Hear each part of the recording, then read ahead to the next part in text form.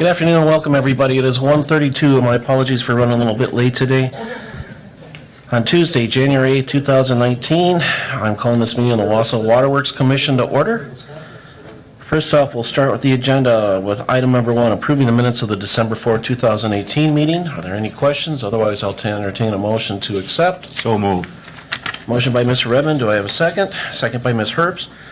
All those commissioners in favor signify by saying aye. Aye. That item carries. Item number 2, for the director's report on utility operations, are there any questions and concerns? If none, okay, Mr. Forrest, go ahead. Just sit down, number 1, relax, and just flick back. There you go. Better standing up. I had a couple questions at last meeting. One was on the SCADA system, and we had talked about the need to make some replacements. And then there was a comment made that maybe whatever we replaced the old system with would be compatible from a software standpoint with the new stuff going in. And I don't know whether we have looked into that, whether it's feasible or not, whether the timing is not right, but I'd like to know if we had any further discussion on that.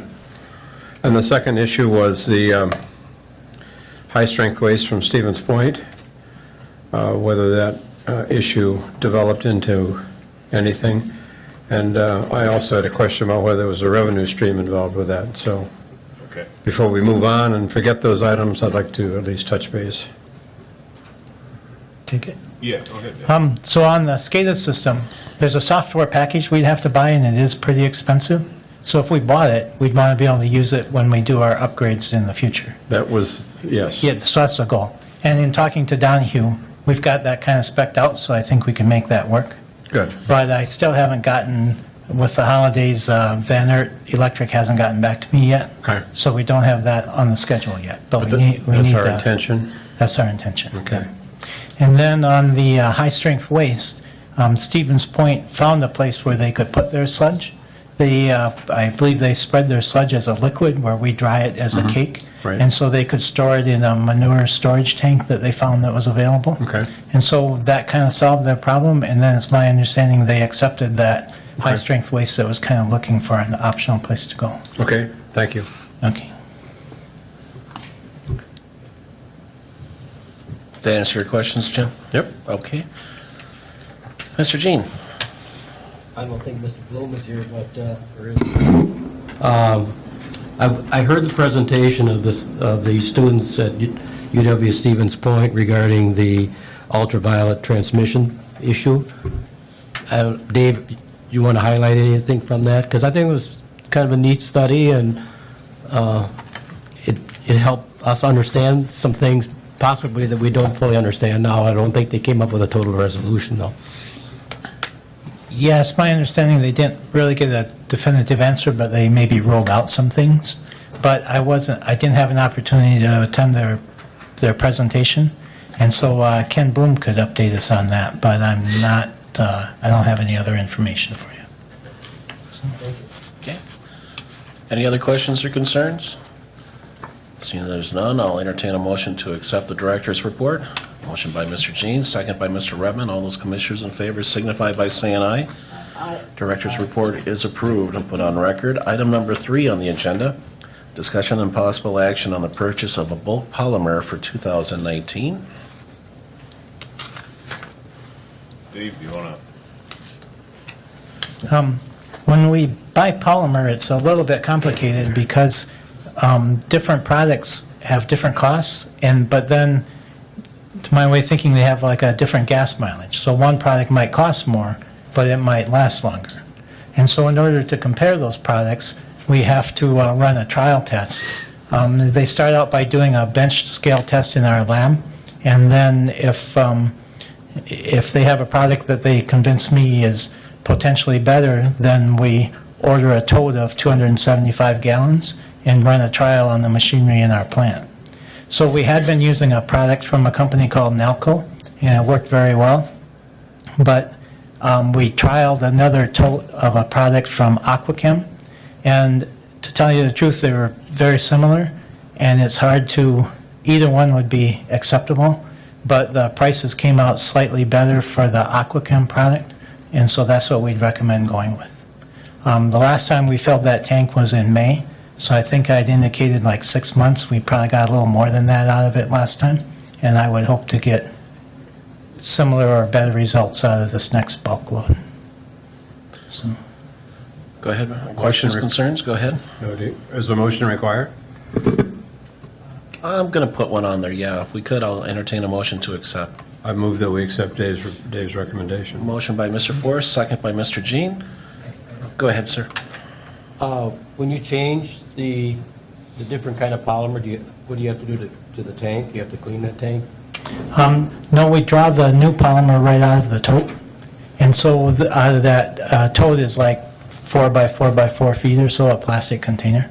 And so then we have to run it for a day or so to kind of flush out the old polymer, the other polymer out of the bulk tank, and then we're feeding it directly with the polymer from the tote.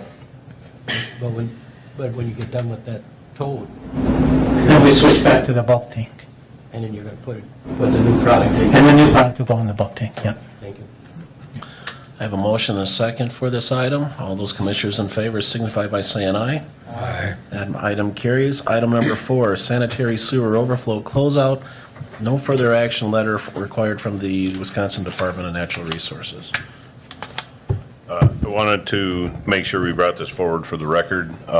In January, we had followed this through. We've had several conversations with the DNR through this on our sanitary sewer overflow that had happened this past winter.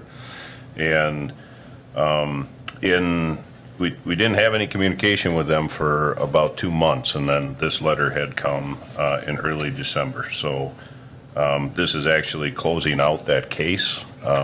The next option for them is kind of where we were at with the notice of violation, was they were determining whether it should go to the Department of Justice or not, but they made the determination that they were going to close this out. One of the items that our discussions is, they were concerned about the pounds of phosphorus, and they estimated that 600 pounds of phosphorus we discharged to the Wisconsin River. We look back in our records, for the past a little over a year, but we've been consistently underneath our 1 milligram per liter discharge.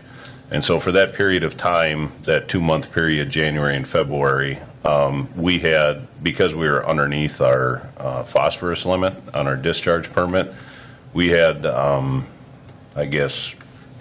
not discharged more than that to the Wisconsin River. And I can't remember exactly what that poundage was, but it was more than the 600 pounds that we saved going into the river just during that 2-month time frame. So, and I think over the course, do you remember what the number was over the course of a year, Dave? Typically on poundage wise, what we're underneath our discharge permit? I can't remember what those numbers are offhand, but they were significant. So that really helped the story for the DNR. To show that although we had a sewer overflow, we corrected it not only in a timely manner, but I think through the efficiencies that we have at the wastewater treatment plant and how it's operated, that we maintain below our discharge permit. So, Go ahead, Mr. Jean. I made the point. I made the point before that I think that 600 pounds was based on one sample grab, and I surmise that it was done over, I don't know how long that break existed, but it was through a 24-hour period, and I think that poundage might have been different than that. I'm thinking a lot less, but nobody can prove that. So. right, yeah. There's no action to be needed on that. It was just an update for everybody as far as what happened. So moving on to item number 5, discussion and possible action on discussion and possible action on the final Wisconsin Pollutant Discharge Elimination System, WPDES, from the Wisconsin Department of Natural Resources. So, as you know, we had the draft discharge permit. We made comments on that discharge permit. The DNR has come out with their final determination. They did not make any changes to the discharge permit. You can see their responses to our comments on the attached as well. with their submission of the final determination on our WPDES. From that, I had set up a conference call with Vanessa, who is with Stafford Law, and she helped us from the legal perspective on putting our comments together to the DNR. Dave and I and Kevin Fable, our environmental engineers, had a conference call with Vanessa yesterday, and she feels it is definitely reasonable for us to move forward with contesting this. The 0.1 milligram per liter permit level that they had given us. It really would, she feels we have a very good argument for it. It will, if the case is contested, accepted by the DNR, then it will stay this limit at this point until that's resolved. And so that will also give additional time for the TMDLs to come out. The other bit of information that I had just received today that I didn't have when I wrote this memo was that the TMDL was submitted to the US EPA on December 21st. And that's the first that we've seen confirmation that the actual new TMDLs were submitted to the US EPA for their determination. I think that's going to be delayed as well with the government shutdown. At least that's the anticipation. So,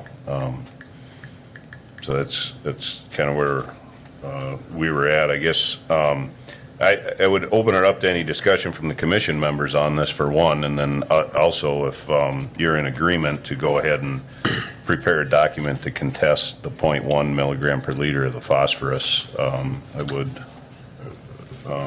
open that discussion up for that. Questions? Yeah, Joe. I trust, Dave, you're the operator in charge? Okay, just curiosity. The other point, and I did talk to down to you folks about this, on page 4, we're under the phosphorus category, Yes. last item. Mathematically, what they're proposing is impossible, and trust you already know that. There's no way we can have a rolling 0.1 milligram per liter phosphorus level and have the latitude to go to 0.3 in any 1 month. That's impossible. I think it's impossible. Because that means you'd have to be so much lower in other months to make that average 0.1 calc out. But our goal is to have something different than that limit anyhow. I think in the 0.2 to 0.4 range No. is our ultimate goal. Correct. Okay. My concern continues to be the emphasis by the DNR and other regulators on municipal dischargers, point source discharges of phosphorus, and very little discussion, apparent to me, very little discussion of the impact of non-point source phosphorus pollution from farm fields and urban areas. I noticed the January 3rd memo from Eric regarding the discussion of municipalities starting to fund phosphorus runoff reduction in rural areas through a phosphorus trading option. From what I've read and studied, phosphorus trading is a reliable alternative, but it appears that the way this one is structured, at least from Eric's response, is that it would put more of a burden financially on municipalities and would let agricultural areas get off much more cheaply. And I think that's wrong. I think we should contest this, and my own feeling is that we can contest it based on the fact that the 0.1 is not reasonable, but I think we should also continue to discuss with regulators and other point source dischargers like us with this concept that the agricultural and urban runoff issues have to be addressed as well. This is an expensive proposition, and it's not clear that what we discharge here at Wausau is having any impact on Petenwell or any of the downstream water bodies. I take issue with the DNR statement that it is, to the point that it is. I think that's a ridiculous assumption. and I continue to see a lack of discussion of agricultural runoff. I don't know where we are on this Wisconsin River Dischargers group, but I know that we are a member, and I would urge that we continue to support that group to come to a reasonable phosphorus control policy up and down the river for all of us. Yeah, and thanks for bringing that up, Jim, because we did, in our discussions yesterday on the phone, we are going to reach out to the dischargers group as well and let them know that whatever the decision is here with the commission to contest this, then we would let them know. Hopefully, if anybody else is in the same time frame we are, we might get, one or two others that may step forward as well. Yeah, and I really think we have to talk to our legislators about this, to make them aware of the issue, if nothing else, and to see if we can't push for some kind of a more reasonable approach. Are you looking for action from the? I am. I would move that we do whatever is necessary to, what was the language you used? Contest. To contest. Not Yep. accept. To not accept or to contest this standard. So you would be, okay, that's a form of a motion. Do I have a second by Mr. Redmond? So if I'm correct, as you're voting for this, a no vote would mean that we're not in We- favor of it. I'm moving that No. we contest. Right. Okay. So a yes vote means we can. we Okay, Yep. fair enough. Yep. Contest. Just wanted to double check. Sure. Okay. All those commissioners in favor signify by saying aye. Aye. Okay, we'll be contesting it. Item number 6, an update on the City of Wausau wage study results. We do have our Human Resources Director, Tony Vanderboom, here with us for any questions or comments. Go ahead, Eric. Yeah, I wanted to give an update to the commission. So as you know, over the past couple of years, we had talked about wages and a proposed wage study moving forward. I have a memo in the packet as well, just kind of outlining some of the items. What was presented, there was, the wage study results showed that there was some misalignment within our workforce from market rate. And so making those adjustments, there were 3 really options put on the table. There was an option 1, 2, and 3. Option 1 was really just bringing everybody up into their grades and make sure everybody's in the grade. So option 2 would bring what they called to the midpoint, and there's a little bit of details with that. Then option 3 would be to really bring everybody into the range where they should be, as if we had kind of a step structure and stuff already, The option 1 was about $40,000. Option 2 was about $300,000. And option 3 was $600,000.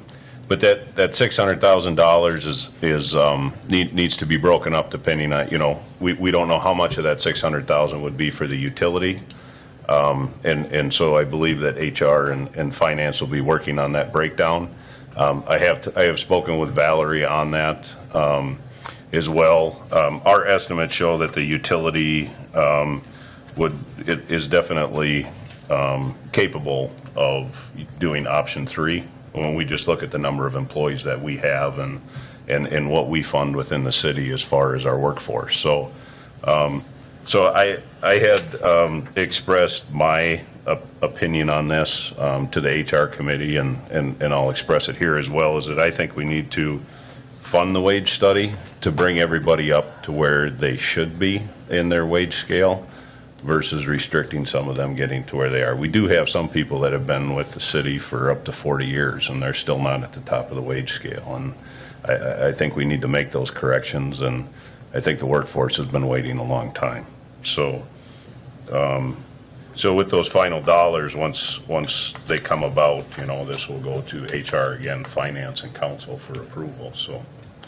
Eric, is that $600,000 an annual fee, or is that annual expense? Yeah, so whatever's approved, it'll be an ongoing expense because it's salary. So every year that additional amount will need to be budgeted. So wherever that money comes from, whichever pots of money throughout the city, then that will be a continuous, I guess, budgeted item. But we don't know the financial impact on the utility at this point. We don't. That hasn't been broken down yet. Go ahead, Mr. Jean. I know that when I was on the city council, I know there was, when we were hiring people and we had them at levels that we would train them, and then they would disappear and go and make another $1 or $2 or $3 in another utility or another community, wherever it was. And so if we're going to go through the process of training people, we should be paying them the market, whatever the market will bear. And so therefore, I would support, although I think it'll be just our recommendation to HR. Right. That's how we should proceed. The final decision will be made by the current council. Yeah, I don't have this on for consensus, but or for an actual motion or an action, Okay. but I think, by consensus, it would help, I think, if you're in agreement to at least move forward with consensus, that option 3 would be. Yeah. Okay. Moving on to item number 7 for the wastewater treatment facility presentation and update by Donahue.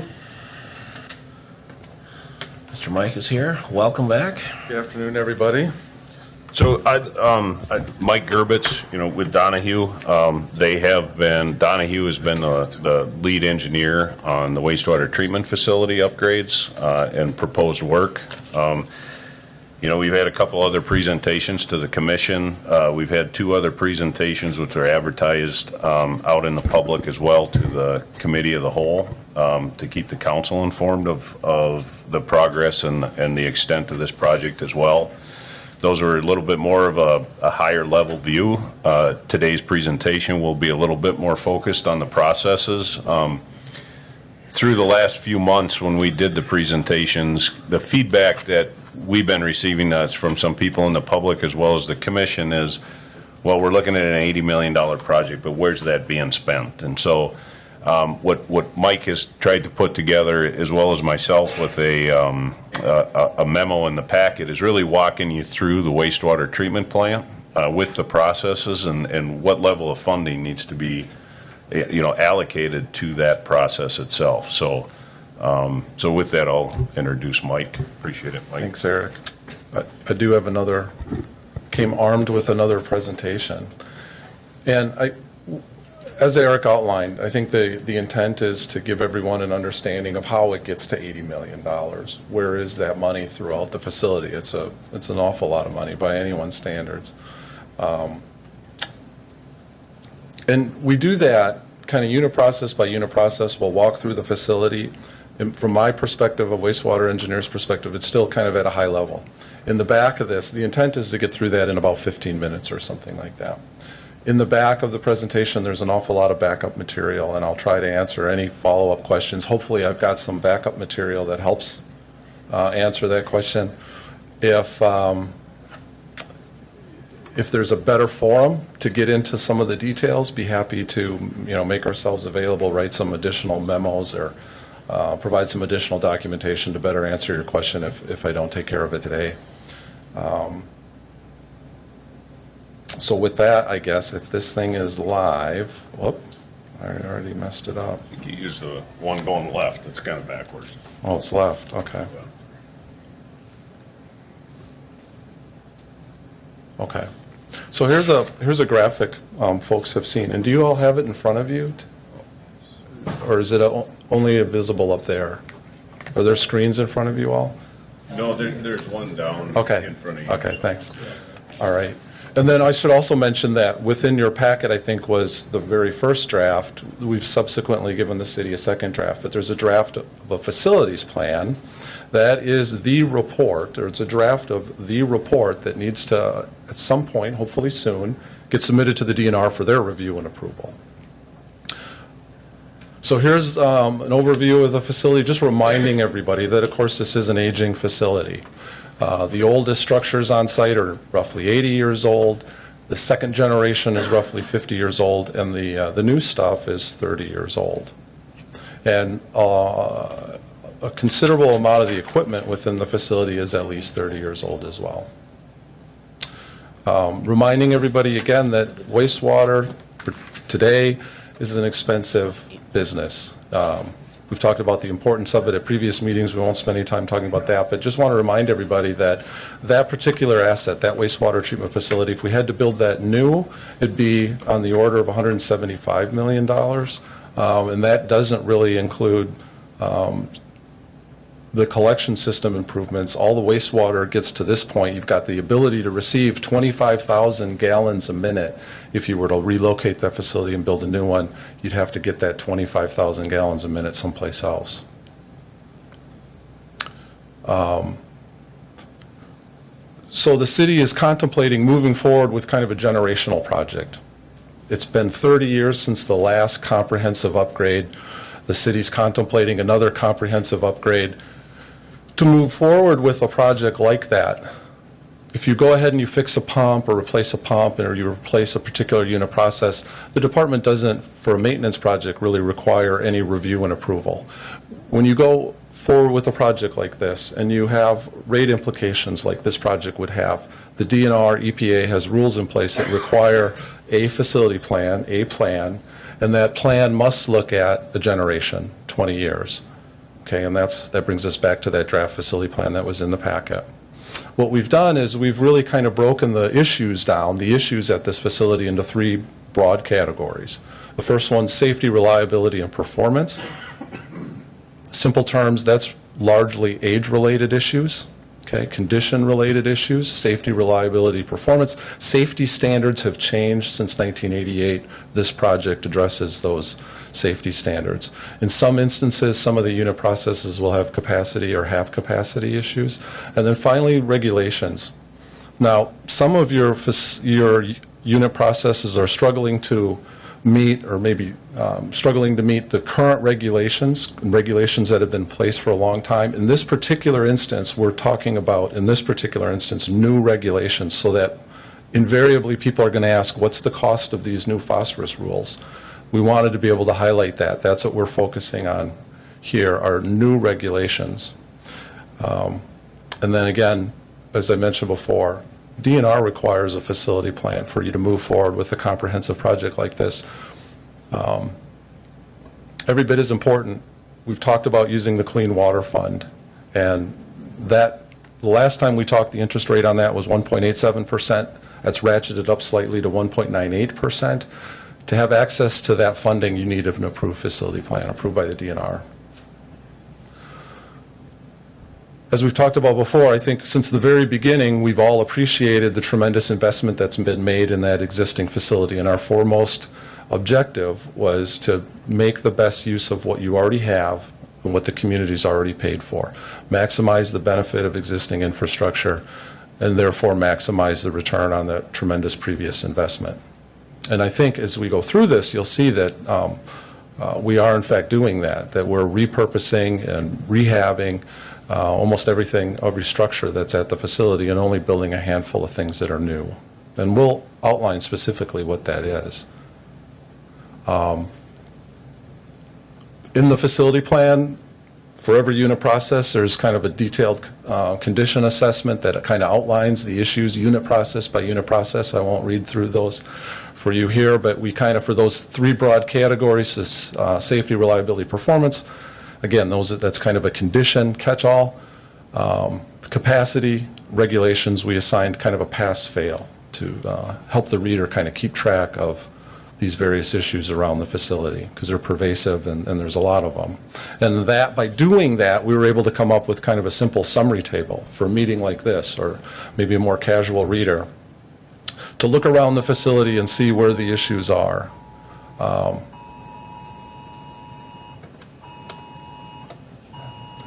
What's that? Is that what it's an Amber Alert? Okay. I'll just wait a second.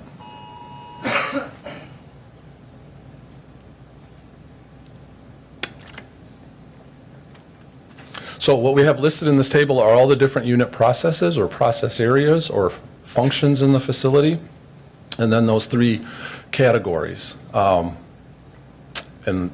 whether or not they passed or failed, whether there are condition, capacity, or regulation issues at those different processes. There's one under the solids processing, for the solids processing unit process, there's a a different symbol used. In the facility plan, it points out why that different symbol was used. There is a regulation that you have 180 days of biosolids, wet cake storage. You don't really meet that today. I think your staff has been able to make that work over the years and has reported to the DNR that they have adequate capacity, but by the strict engineering numbers, you're marginal at best. Okay, so we wanted to call that out as that's a regulatory requirement that you're struggling to meet.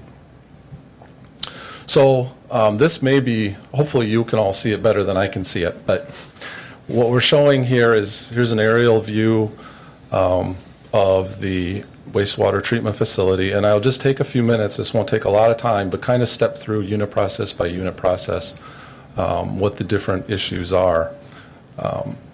So preliminary treatment, what is that?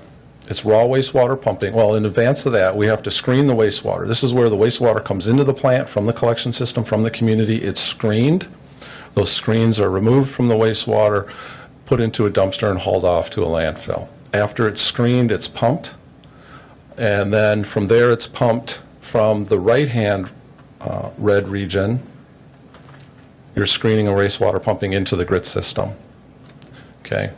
The grit system was built in '88. All the equipment in there is from '88. The raw wastewater pumps, a lot of the pumps and the valves, 3 out of the 4 pumps, and almost all the piping goes back to 1967.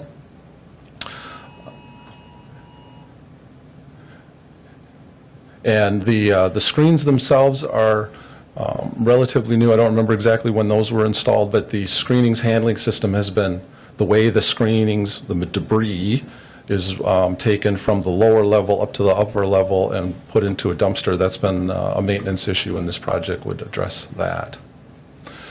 The primary clarifiers, 2 of those tanks go back to 1967. 2 of them are 30 years old from 1988. This would just replace the internals, the mechanisms, the equipment within those, and address some of the spalling concrete issues, some of the structural issues from weathering and things like that. Yeah, Joe. There was under the conditions, how the wastewater got divided up into the 4 tanks. Yeah. I know there was over the years, there's been an issue. How do you resolve that? You create splitter boxes, or? Yeah. Okay. So on the back end, yeah. So what Joe is referring to is we would not design standards and the way things are done have evolved over time, I'd like to think for the better, to make performance better.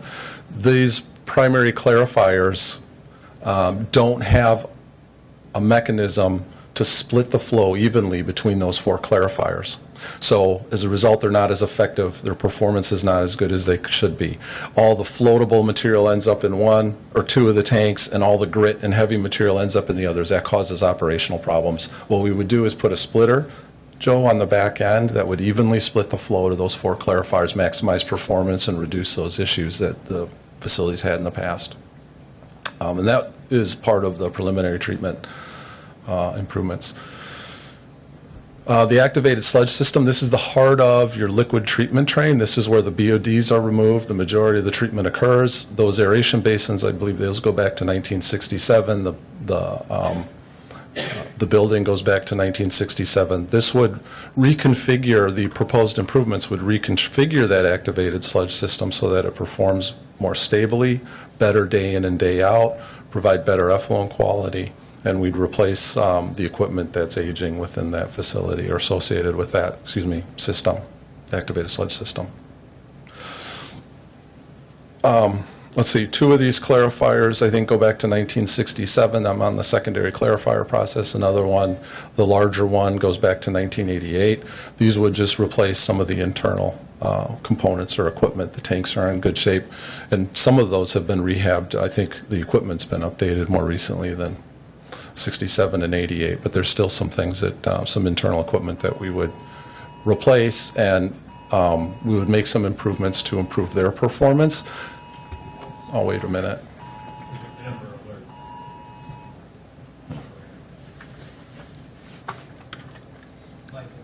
Yeah, there was discussion about the algae building up on, is there a method to control that? Are you going to be able to implement something? Yeah, there's a great method. So we'll just put fiberglass covers over the launders to prevent sunlight from hitting them, and the problem is solved immediately. Yeah. Another issue here is there's two different size clarifiers, two small and one big.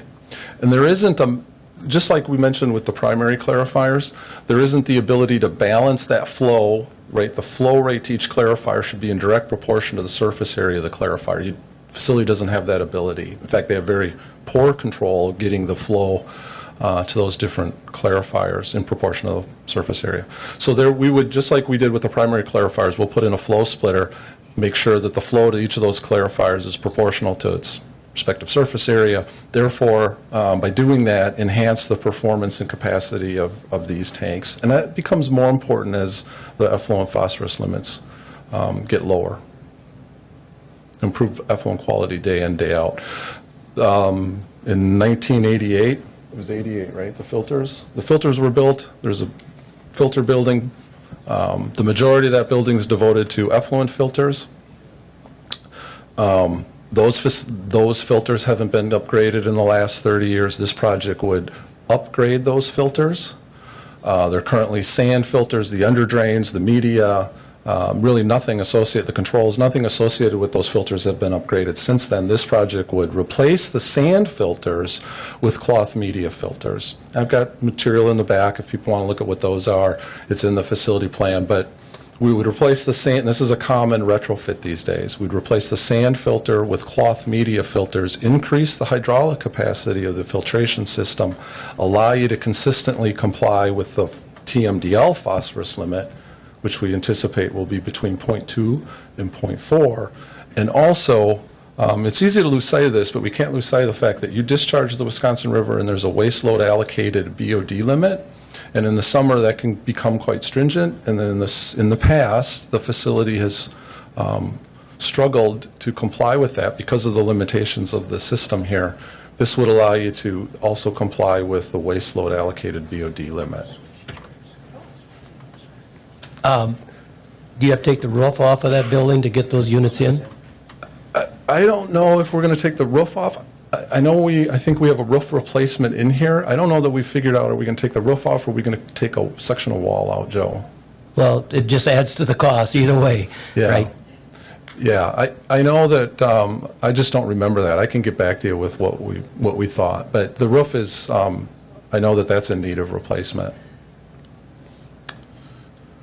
So that's the effluent filtration. Now, associated with that is we threw in the chemical system that you currently feed alum. That's how you meet your 1 milligram per liter limit. You'll need to use chemical addition in the future. We threw the chemical storage and feed system in with the filtration process. So really everything that you see for this particular unit process will address the low-level phosphorus limit that is coming your way. It's imminent. Finally, disinfection. That disinfection system, by the time this project is commissioned, it'll be nearly 10 years old, approaching 10 years old. There are some hydraulic capacity issues and some flood issues. If the Wisconsin River is at a high level, it inhibits its hydraulic capacity. So the decision was made to replace that so that it needs more capacity rather than have two generations of UV systems or equipment there and out of sync with one another. Replace that UV equipment now and have it all be the same generation, and then and acknowledge the UVT issues and have it designed for present-day UVTs. The biosolids, the digesters, two of the digesters, as you all know, have been upgraded, the two primary digesters. The secondary digesters haven't been rehabilitated. Those would be rehabilitated. We're recommending secondary digester capacity really does nothing for a community. It doesn't generate any more biogas. We're suggesting that the city and a lot of communities are deciding to do that. If you have the tankage, turn it into a primary digester, enhance the robustness and the performance of the digester complex, and generate more gas. Those secondary digesters need rehabilitation. The biogas sphere has already been rehabilitated. And then the solids processing. This is everything,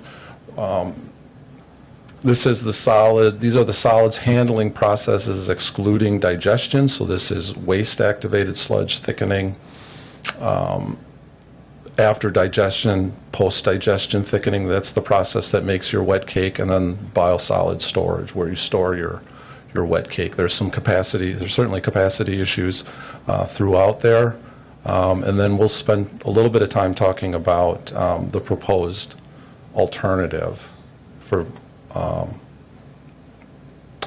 ultimate biosolids, your ultimate biosolids product, and how that is disposed of. And then site features, there's an awful lot that isn't directly related, but is certainly essential to a wastewater treatment facility. These are all your pipes that get flow from A to B throughout the facility. One thing that often surprises people with a facility this old is how much is invested in electrical infrastructure there. So this is a brand new site-wide electrical distribution system and all the electrical improvements throughout the site. It's absolutely essential. There's almost, I'll foreshadow a little bit, there's almost $8 million of site-wide electrical improvements. That bill adds up in a hurry. And then finally, there's the administration, maintenance, and storage spaces. And the vehicle storage on the far right, that's in good shape. I think that was constructed in '88, and there's no proposed improvements to that. But the old main building, the one that was the genesis of that goes back to 1939, and the last improvements, I think, to that building were largely in 1967. That's the administration area. There's a maintenance area. And there's some equipment storage in that building. And the facility is, and that's also where the laboratory is. And so that facility is showing its age and needs some improvements. Would the city be wise to provide those spaces in a new structure and repurpose this building to more just pure maintenance and pure storage? So the issues are pervasive. This is all those slides put together, every structure, every unit process, except for the new vehicle storage building is being proposed to receive some upgrades. So if we go back to, I think the last time I was here, when we talked about the planning level costs, we were at $80 million, and we showed a chart like this, where is the money going, what in these three categories. The overwhelming majority of the project, that $57 million, this was at the planning phase. That $57 million was devoted to those condition-related issues, safety, reliability, and performance, $14 million worth of capacity improvements, and about $8.7 million for the low-level phosphorus. That's just low-level phosphorus there. And we haven't looked at this before, but all those different unit processes at the time of planning, this is how you get to $80 million. There isn't any particular place that's half of it. There isn't any particular unit process that is $80 million. It's the sum total of all those different investments around the facility.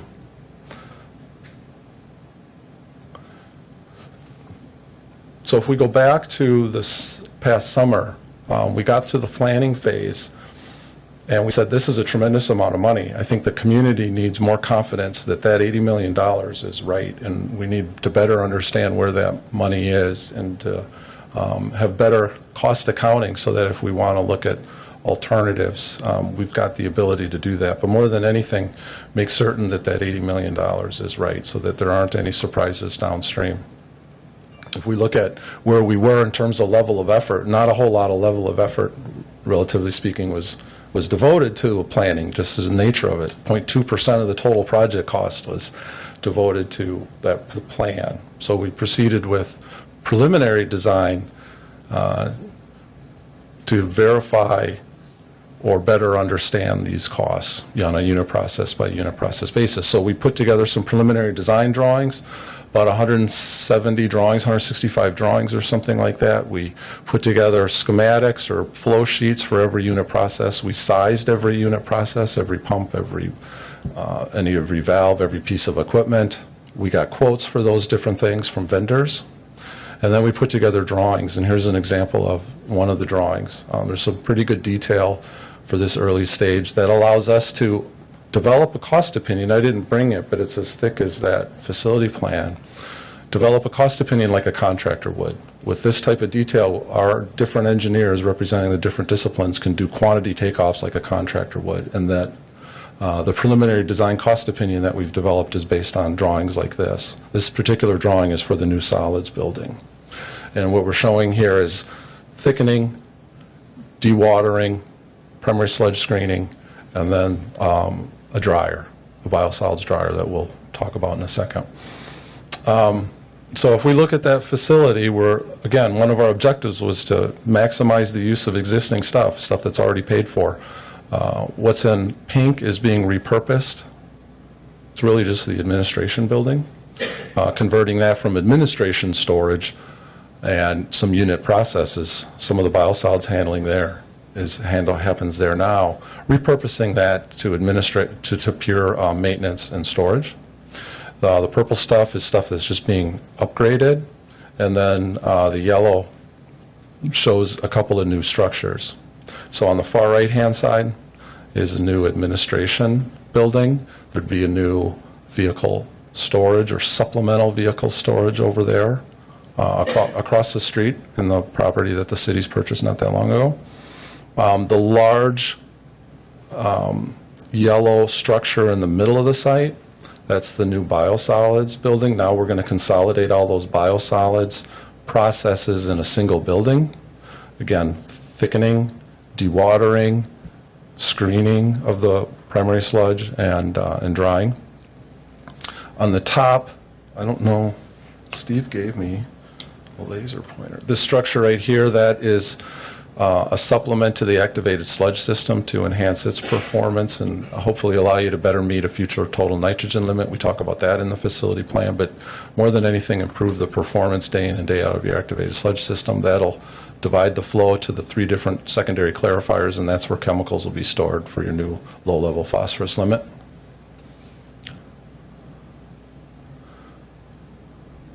This is a rendering. It is hard to see here, but here we point out we're just calling out the new structures on this site, on this graphic. Supplemental vehicle storage, a new administration lab space, the solids processing building, the activated sludge selector, flow splitter, and the chemical storage tank. So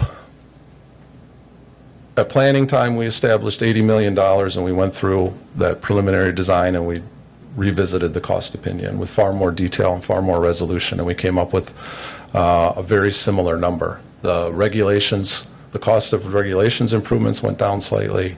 The cost of capacity improvements went down slightly, but the site-wide improvements went up slightly. But the sum total is very similar, just under $80 million. This $80 million, this isn't a construction cost, this is total project. We want to make sure every time we talk about costs, we're talking about total investment. This looks at the cost unit process by unit process throughout the site for the plan and then our preliminary design. The sum total is the same. There was some plus and minus for the different processes as we work through it. Some of it's an artifact of the way we do costs in planning and the way we can do costs in preliminary design. But I guess the message is that what we've been talking about both in these forums and with the council is that round numbers, $13 a month, we're on track. We're still at $80 million. The typical residential monthly rate increases is still in the vicinity of that $13 if the city elects to use a 30-year term for the majority of the loan. So that script is the same as what we've talked about in the past. This, again, we've looked at this in the past. The gray bar represents Wausau today. The red bar on top of it would be with the rate increase, and that's where some of the larger facilities and some of your peers around the state are. And I think we talked about how this is kind of like a treadmill. If you're on the right-hand side, you're on borrowed time until you end up closer to the left-hand axis. If you're on the right-hand side, it really means you haven't done a major upgrade in a while in general. So where are we today? I'll stop talking in a minute here, but where are we today? The hope is that we submit this facility plan and the city moves forward with detailed design. And the reason for that is the DNR has a deadline, or the Clean Water Fund program has a deadline at the end of September. They want to see reviewable plans and specs. That preserves your eligibility for principal forgiveness. If this year is like last couple of years, the city probably will get $750,000 in principal forgiveness, or it's effectively a grant. With your score and with your situation and the size of the project, you get $750,000 in grant money or principal forgiveness. But to do that, you have to submit reviewable plans and specs by the end of September. It doesn't take a huge bite out of the cost of the project, but every little bit helps. And we're all, Wausau, the folks here in Wausau are paying for that principal forgiveness just like all the other communities are. In terms of action items, the hope is that the city will approve the facility plan at the council level, and then we'll submit that on behalf of the city to the DNR for their review and approval.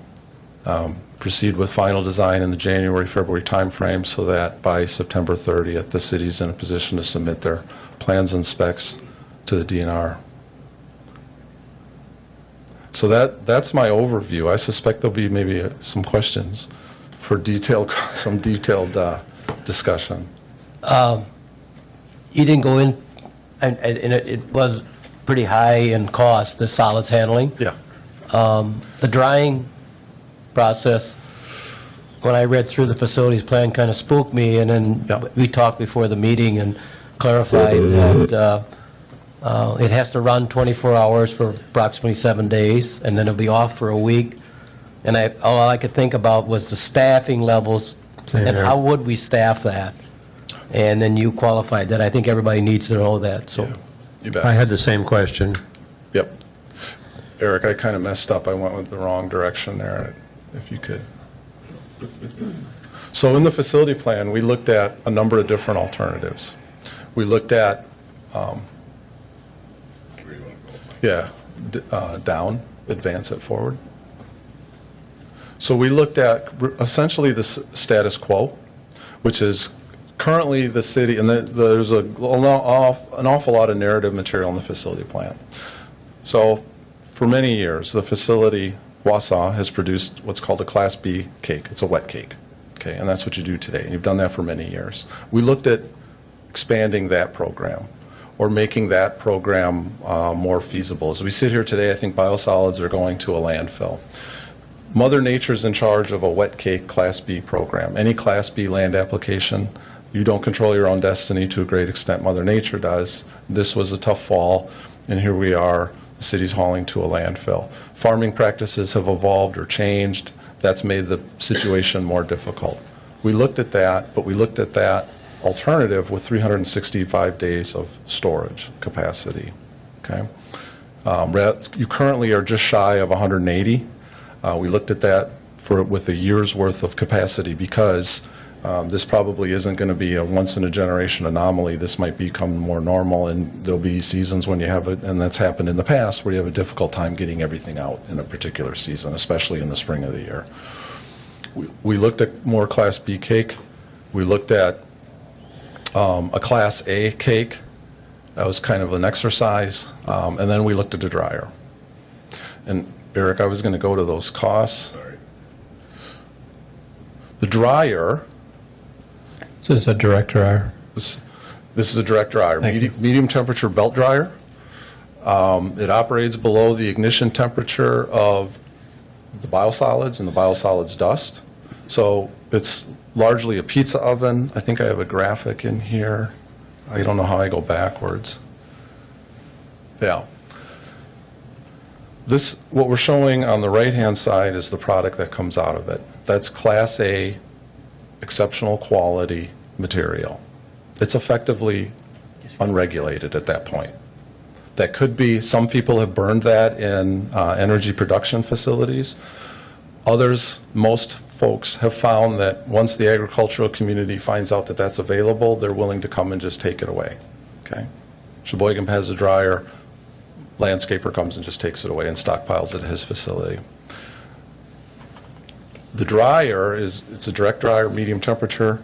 The biosolids are deposited on these trays, and the trays run through and back inside the pizza oven or inside the biosolids dryer, and what comes out is the product on the right. The reason this particular dryer was selected, because it operates at medium temperature, it's bigger, has a bigger building. It's maybe not the cheapest drying alternative, but it's the safest and it's the simplest. And so the strategy is to start this up, run it for a week, 24/7, and in the evenings it would be unattended. It'd be automated. Staff and Donahue went and visited, there's a number of facilities in Minnesota that operate that way. They went and visited a small facility, about a 1 MGD, 1.5 MGD facility, Buffalo, Minnesota, talked to that operating team there, the superintendent there, and I think that's been running on the order of 5 years, and found out what their experiences were. And like I said, it's been done successfully at Buffalo, Minnesota for years and at other facilities. Do we run that with biogas? You could. What we've assumed in the economics is that would all be on natural gas. And the reason for that is you have microturbines. If you had excess, let's say your gas production goes up and you exceed the capacity of those microturbines, you could burn it in this dryer, but those kilowatt hours are worth considerably more than the therms. So the economic analysis here assumed all natural gas. Okay. So are you saying a 24/7 operation, but it wouldn't be manned? Or it would be manned Correct. 24/7? In the evenings, it would not be manned. Correct. It'd be automated. in the Automated? evenings. Mhm. Dave, what do we run now on shifts? 2 shifts? One shift? No, we just run the one shift. Just one shift? Yep.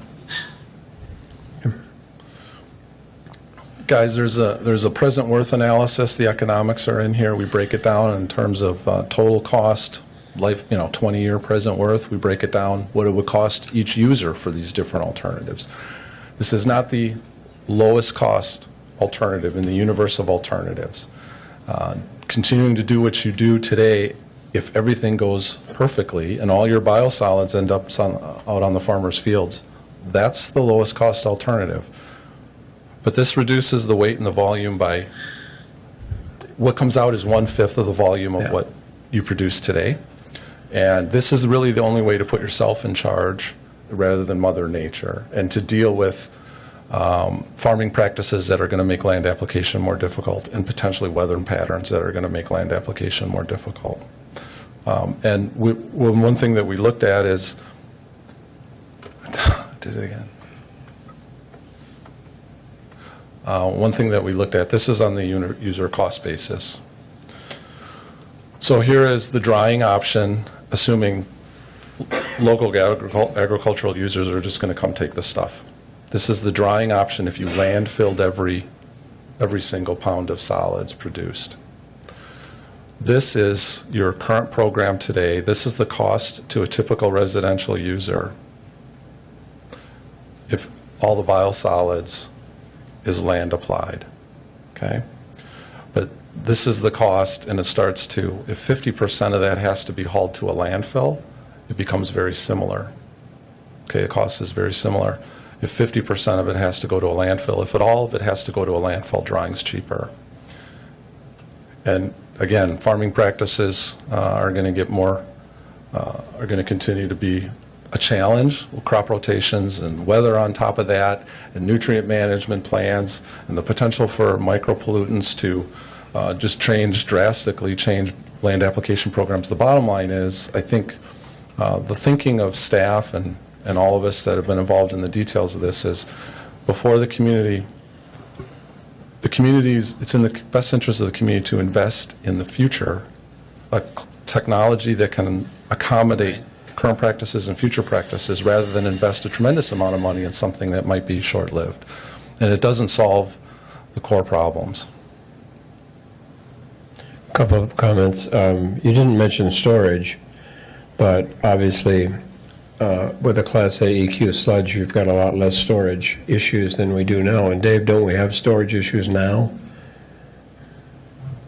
Yeah, we have to freeze it and stack it, and we get some 3M material to kind of build a berm Yeah. to retain it, and so Right. we've got some issues. Okay. The other question I had is in regards to the disposal of the Class A material. I know the assumption in the standard literature assumption is, well, it's material that's good enough for landscaping, parks, golf courses, recreational use, maybe farmers, landscapers. Is that an assumption that we as a board can hang our hat on, that the Wausau area will accept this stuff and that we'll be able to get rid of it in the manner that we're proposing? Do we have any evidence of that? Yeah, so like, as I mentioned, Sheboygan, Wisconsin, put in a dryer, and local landscapers come and take it in bulk, and they haven't paid for any hauling since that facility was commissioned. We work with the North Shore Sanitary District. They're operated by Veolia. Now, they just, they do haul it, but they haul it as they produce it out to farmers' fields, and they just stockpile it, because you can do that now. You just haul it and dump it in a field. I think that it's, in some instances, we've seen analyses like these done where they assume some revenue. We've assumed zero revenue. We've assumed that it's going to be taken in bulk. I think that you're surrounded by agriculture. Right. I think that it's reasonable to assume that local agriculture, if this doesn't cost anything, will be interested in this material.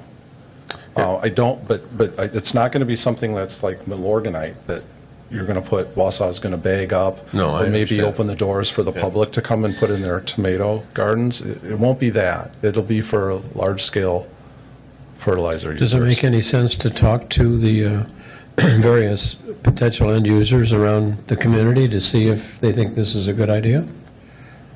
Sure, we could certainly do that. I just think we have all the confidence in the world that since it's free fertilizer, Class A EQ, unregulated, Right, yeah. that it's going to find a home. But yeah, Jim, we'd be happy to follow I up just think with it might local be ag a agents. good bridge to cross at Okay. some point. You bet. You bet. There was a comment about the lime sludge coming down to the treatment plant, dumped in the aeration. When I read that, I got the impression, or somebody could get the impression, that happens on a regular basis. I don't think that's true. It was when we couldn't, when the water plant staff couldn't get out on fields. Is that still true? That is true, Joe. When just Mother Nature dictates that also. Right. But I wanted to clarify that that isn't a daily thing or a weekly event of dumping that sludge there. I don't know if we need to talk about it, but I know if we're going to be doing some dewatering on site, we have to do some things to minimize the movement of plume of contamination in the area. But I think you've built those costs in? We did. We did not have them in at the time we put the plan together. They're in now, and it's a big bill. We were surprised by how big that was, but we were able to accommodate it within the budget. Thanks for bringing that up. We have it in there now. I wish there was some responsible party that would pick that tab up for you guys, but I think they did the last time, but I can't remember for sure. Stepping away from all the process detail, and by the way, I think your presentation is excellent, and the materials that we read were extremely complete, and I think also revealing to a number of us about conditions at the treatment plant that need remediation. thank you. Have we done an operational cost analysis? Do we know what it costs us per gallon or per ton on the biosolid side now from an operation standpoint? And have we done an analysis on what the new plant might cost by comparison? The numbers that we're looking at here, they look at the non-common costs, Jim. So polymer for dewatering, that's going to be similar between all these different alternatives, and it's similar to the status quo. What we've tried to capture is what's different. So the answer to your question is, we haven't looked at it like globally for everything that goes into what does it cost us to make our biosolids. But what we've looked at here for this comparison are what costs are not the same. So the cost of electricity to dry, the cost to heat the dryer, those costs are reflected here. The cost of land application with a fifth of the material, that's factored in here. Well, I'm wondering about plant-wide. You know, if we spend 80 million on a new plant, are we then going to be hit with some additional financial needs to operate that plant that we haven't seen or haven't anticipated? Yeah, we looked at that with staff. So we looked at non-common costs for this. What is the cost of drying? We looked at that. The activated sludge system will be similar, but our operating scheme to make it more reliable, more robust, and more produce better effluent quality day in, day out. We estimated the cost for the aeration system, which is not the same as today, and then the cost of chemicals to meet the low-level phosphorus limit, which you won't be faced with for 5 or 6 years. But right. We've looked at that. We've looked at those things that are not common. And frankly, this is the big change in operating costs. The other stuff was kind of lost in the noise. I haven't shared that, and I don't have, but I could share that with you. I think it would be useful for us, Okay, you bet. because it's a question we might get from our users. It's a good question. You bet. Absolutely. And what we've looked at is, hey, what's going to change, right? The Yes. non-common costs. Right, Yep. and how much is it going to cost? There was discussion about the UV system, and that we would have a difficult discharging if there was a 100-year flood event. Are we taking, I didn't see where we're taking any measures to minimize that, or? The new system would be installed, just the nature of the new system can better accommodate a 100-year flood event, the elevation. Measures are being taken here, but we don't need like an effluent pumping station or anything like that. It's just kind of incidental to the system that we're putting in. Any other questions? Staff training, Dave, looking at this, do you see staff training, retraining being an issue? There will be a lot of new equipment to operate. Right. And so, but I think almost that's a benefit, get the guys' interests up, get them trained and certified. But yeah, there will be some time involved in getting this operating. If I could, as a firm that helps facilities get commissioned, and if this advances to the construction phase, then that's something that people like Jeremy, our certified operators and engineers, would like to be part of. We write standard operating procedures before actually a piece of equipment is turned on and commissioned. Thank you.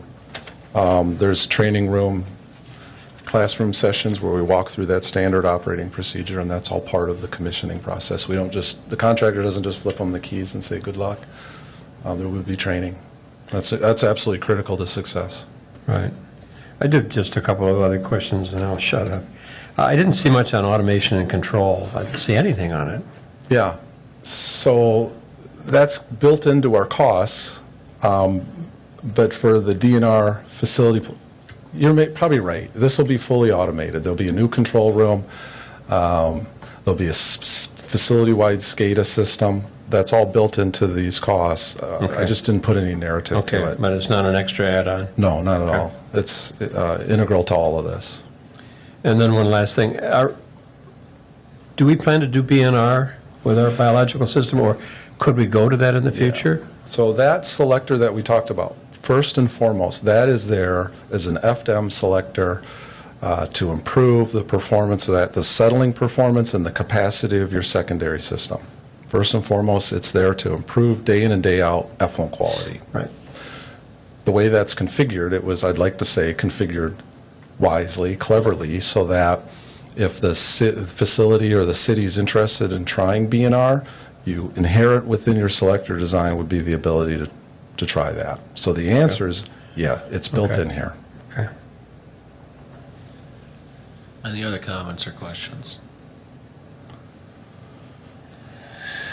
Very thorough presentation. Thanks, Thank you, everybody. Mike. Then we got one more, too. so- Yeah. Okay. All right, then. Thank you. Item number 8, the discussion and possible action on submission of the wastewater treatment facilities plan to the Wisconsin Department of Natural Resources.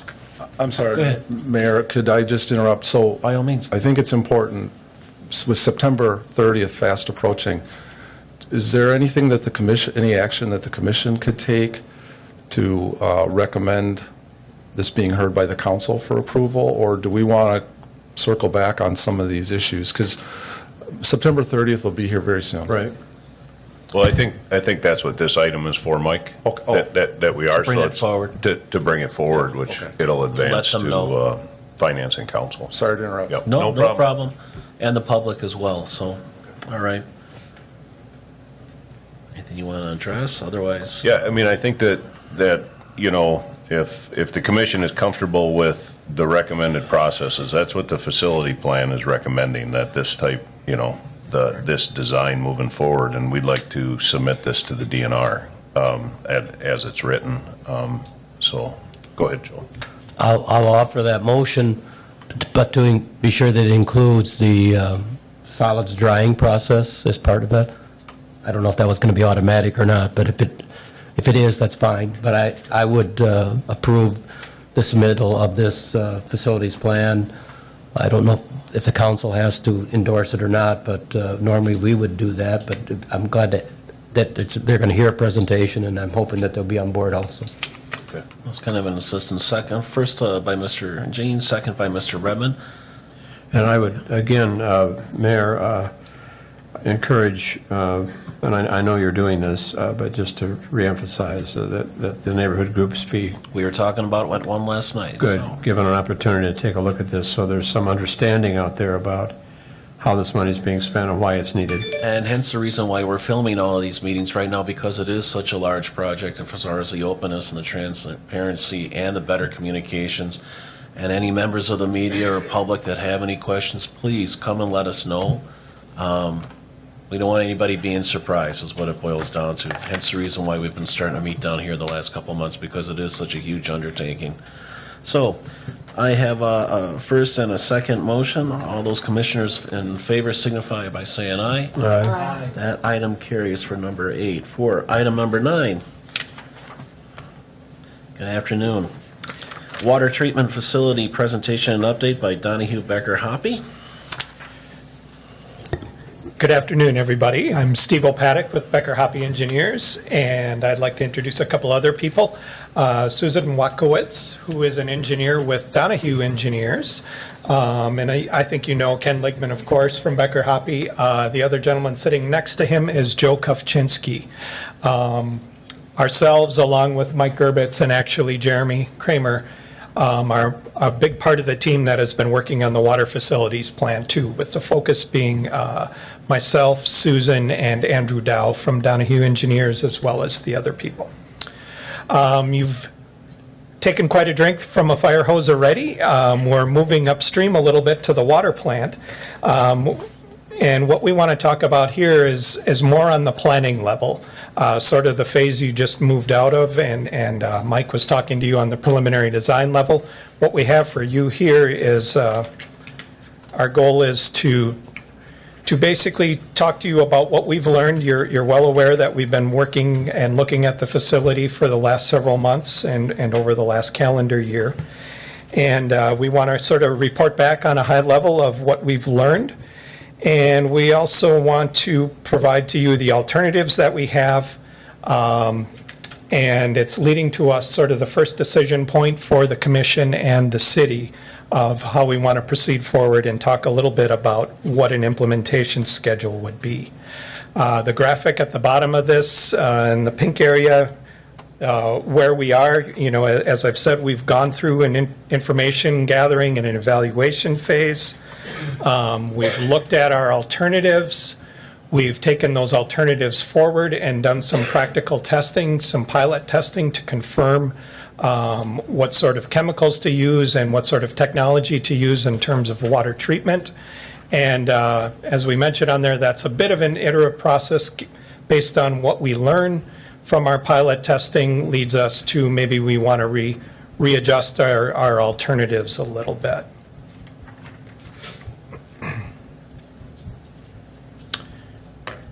So another way of saying what our primary objectives are is what have we learned? I'm going to kind of reuse that phrase here quite a bit. First off is we can have some water quality improvements through the treatment process. The first two in the list here, we can improve the aesthetic quality of the water. You already do a lot of removal of manganese, but as mentioned there, it is something that can cause color and staining issues.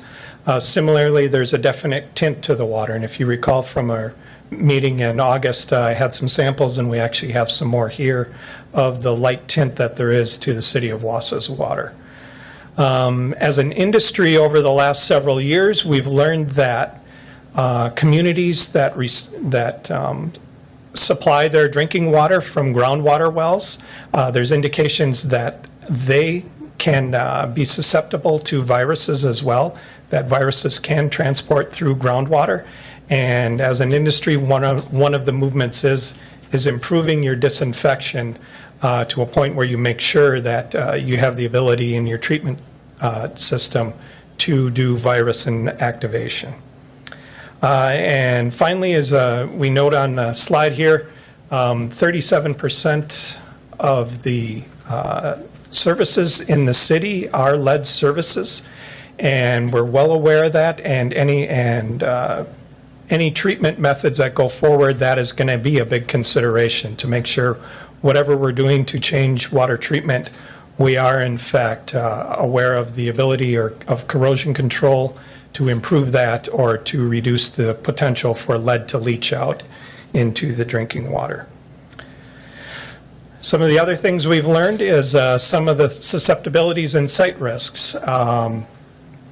One of the big things, and this was noted by DNR in the last sanitary survey, is to reduce the risk of groundwater contamination of stored treated water. This speaks to a little bit about viruses and virus inactivation.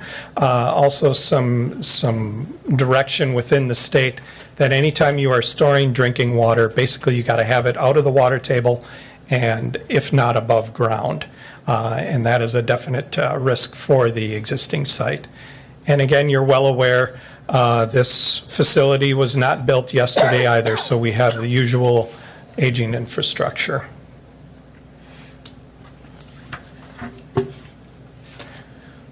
When we talk about improving water quality and the aesthetic purposes, this basic graph here is talking about what we have and what sort of levels of manganese we have in the existing system and color levels. And what you can see here is we do a good job of the removal, but the aesthetic limits, the aesthetic goals established by EPA, and again, these are recommended limits. They are not health hazards, but they are cosmetic and aesthetic.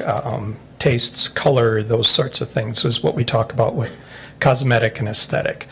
And what you can see from the graph here on the right sides is our pilot studies indicate that the processes we're proposing can do a really good job of getting below those EPA limits.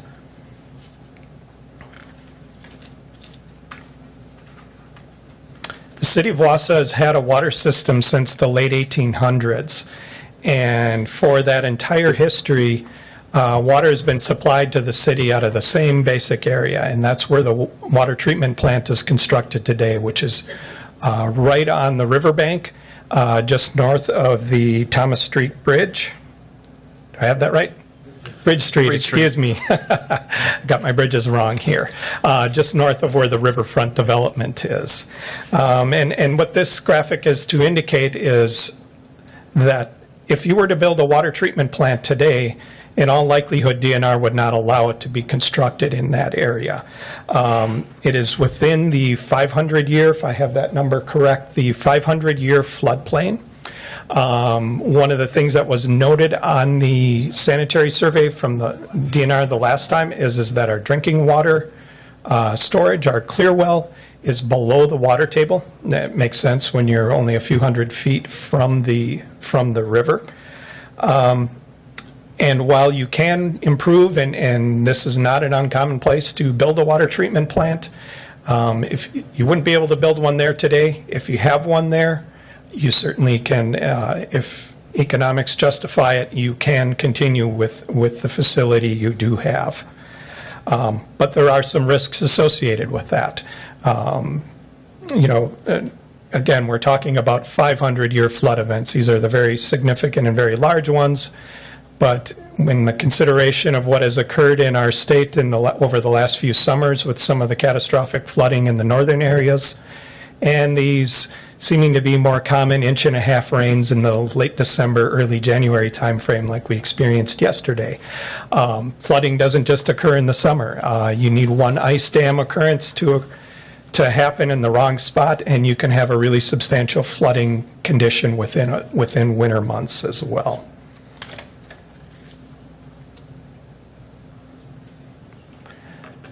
Couple of things that we've talked about and learned in terms of the overall facilities. The pink area, the majority of the plant, including the filters and the administration building, is over 55 years old. It was built in 1961. There was an addition in 1974 to improve solids handling and lime sludge. There was another addition in 1984 for some additional water treatment with some air strippers installed. And the last major upgrade, similar to the wastewater plant, was done 20 years ago in 1999, where there was some duplication of equipment and addition of some electrical controls, the SCADA systems. Of note here, the water treatment plant is operated by a staff of 3 people. Actually 4 when you include Scott in that, but there are 3 main people that run the water plant, and not only do they run the water plant, they're also responsible for the maintenance at all of the pump stations and all of the water towers and the booster stations throughout the city. Very lean, very mean. They already rely on the automation that is in place, and as I'll mention at the bottom of the slide there, those automation is over 25 years old. And all of this system must perform 24/7, 365. You really need the ability to produce water. You can have some intermittent shutdowns due to the amount of water you have stored, but it can't be for very long at all.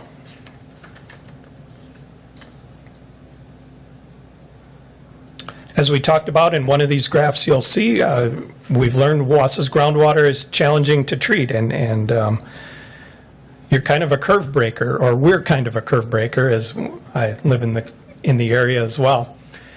The average groundwater system has manganese levels in the 0.4 milligram per liter range. The water supplies for the city of Wausau are in over 2 milligrams per liter. And looking on the graph here, that puts you above the 95th percentile for manganese levels. Again, manganese is something that is not a primary contaminant. It's a secondary issue, but it's at very high levels, making it a challenge to treat. Similarly, something we've talked about with color is the amount of organic carbon. We talked about in August, we're blessed with lots of green fields and trees, and essentially you're making tea anytime the rain falls and drains through all of that, those leaves. And that adds, as you know, it shows up in your water supply as organic carbon levels. The graph on the left, most groundwater systems see organic carbon levels in the 2 milligram per liter range. Communities that get their water from lakes or rivers, that average is in the 3.5. And you can see the levels of most of the wells for the city of Wausau are even higher than that. I guess just, if you don't mind if I Yes, please jump interject. in.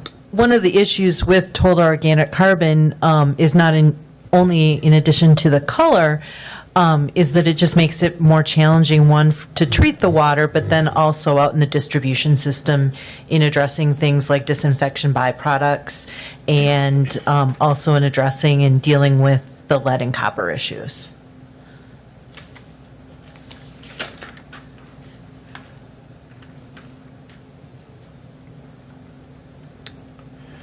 Oops. Eric, could you back me up one slide? Yes, there, thank you. Okay, so, as we've talked about, we've looked at both, should we stay with the existing system or change to potassium permanganate? And we've talked about that before, changing to this new method of water treatment. And those are the two primary alternatives we looked at. And we confirmed through pilot testing that using potassium permanganate is a viable and actually in our suggested method of changing how we treat the water here. Cost-wise, it's in the range of lime, but it's much easier to operate this type of plant. There's some logistics issues that are less of a concern, and just the overall hands-on maintenance of it is much better. So that's what we've done with the pilot testing. We're also in the middle of, like we've talked before, testing for the best way to remove color. And that is, we're looking at 2 products there. We're halfway through that pilot test. But all of that information has led us to, we can update the treatment train at the existing site. In the graphic you see here, the blue boxes are existing treatment facilities. The red ones are things we would have to change at the existing treatment plant, and the yellow boxes are things we would need to modify. Looking at the brackets at the bottom, the first part of the treatment train addresses iron and manganese removal. Then we look at removing color and disinfection byproducts or disinfection byproduct precursors. Like Susan mentioned, that's where removing the total organic carbon comes into play. All of these methods could be applied at the existing site. They also could easily be built at a new facility as well.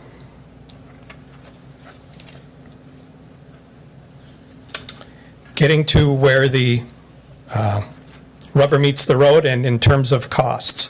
We know the water is challenging to treat. We have some old equipment.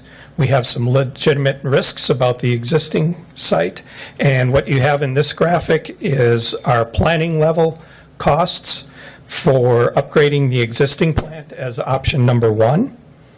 Those costs would be $27 million for the treatment plant itself. That would be taking care of the building as well as the treatment plant, or the changing to the new treatment method, replacing the filter media, and adding color removal, and replacing any of the pumping and all the other things at the plant that would be needed. We have a line item in there for improvements in the well and distribution system. These are work at booster plants or water supply wells, replacing pumps, replacing engine generators, things of that sort. And some of those I think Scott is even working on at this point. A total of nearly $30 million is a large number, with the majority of that is at $27 million, being at the water treatment plant. At that stage, when we know we have a plant built next to the river, we went back, as we said, and we're reevaluating here as well. Let's take a really good look at what would it cost to build an entirely new plant that would eliminate those risks and also possibly provide some other non-economic benefits to the city. For $8 million more, a total of $35 million, that's our estimate for constructing an entirely new water treatment plant. You see an increase of $3 million in well and distribution system upgrades. That would be to change how the wells currently pump to the existing plant. If we built an entirely new plant, we would have to do some distribution system upgrades to get it to the new site.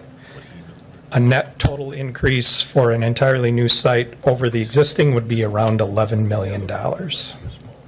Quick question for you, Yes.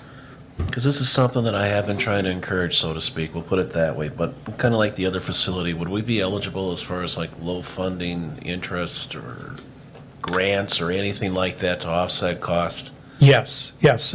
Susan, if you want to jump in now, or would it be easy, just as easy to answer it Sorry, later? I'm thinking ahead, but I mean, We do have a similar graphic talking about user rate costs and adjustments, and maybe be better, I can kind of plow get through to what that I've got point here. exactly. Okay, thank you.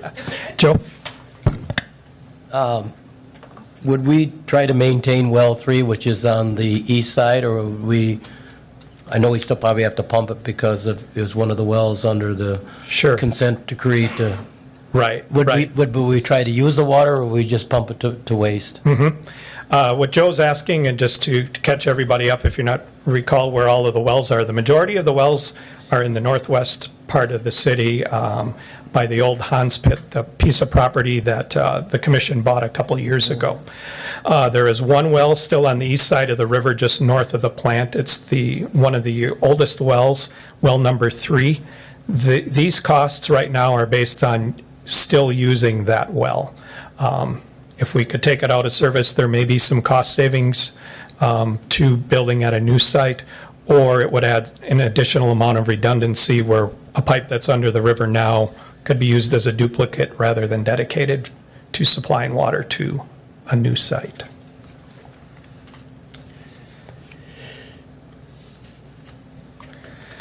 Got a couple slides here that we want to talk about, and forgive me, I feel like I'm fading in and out on my microphone. Am I at all obnoxious in my volumes here? Okay. So if we were to upgrade at the existing existing site, we would use the majority of the building, but we would need a couple of new facilities here. And I'm pointing to, we would need a new building for our color removal technology, and we would probably also have some additional pumps in there and some other equipment. The biggest change in the area would be the addition of 2 500,000-gallon concrete tanks. These would look, I'm trying to remember if we're estimating maybe 50 feet in diameter. About 70 feet diameter? About 70 feet in diameter, and we're probably 20 feet tall. talking 20 feet tall. So about the same height as the water treatment plant today when you drive by it. Maybe a little bit shorter. So there would be some additional facilities that would have to be constructed there. And that adds a couple other items we wanted to point out in consideration here. Like I mentioned, some additional above-ground wells. If you recall, the bridge, the Bridge Street Bridge is literally a couple hundred yards away. The meter shop is in between this facility and the new development in the area. Some other challenges we would have is upgrading of sequencing. Basically, we'd have to fix the car while it's going down the road. We would have some site constraints, and again, I won't reiterate some things we talked about there with flooding. But those are all considerations. If we were to build a new plant, the city owns a parcel that was recently purchased that is up near the well fields, and the graphic in the left here is a Google Earth view. This shows where the majority of the water supply wells are, and then also this is a blow-up. The city owns a chunk of property that is adjacent to Bugby Avenue and also adjacent to the former Hans Pit property. This would be at the end of East Campus Drive. You see a light blue square there. Bless you. A new water treatment facility, we're estimating about 15,000 square feet, just for idea of what a new building would look on that site. We would have ample room for additional development there. And that's sort of what we cover in the next slide here. Some of the advantages, we're close to the existing wells. It would cut down a little bit on maintenance time and trips for the staff of 3. We have plenty of space for additional expansion. This is a much higher ground area. We're out of the floodplain. Elevation is also your friend when you're pumping water, that maybe you don't have to pump it quite as high to get it over to the plant.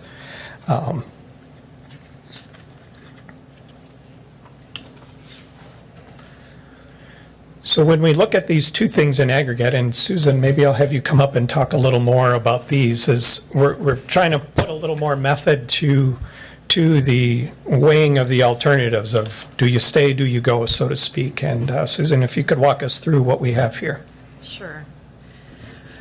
So of course, being engineers, we try to quantify everything. The chart that you see here is really trying to take a whole long list of sort of a plus and minus, positive and negative of utilizing the existing facility and the investment in the existing infrastructure versus going to a new facility and trying to, again, aggregate that and sort of our best estimate at quantifying it.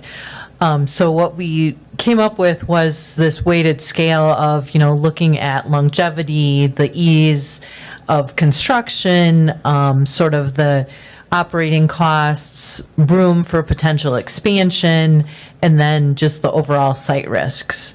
Basically at the new site, you have very, very minimal site risks at the existing site, while you have considerable existing infrastructure investment. You have, also have considerable risks. So you can see how we weighted the scores where the low score at the existing site and then a higher score at the new site.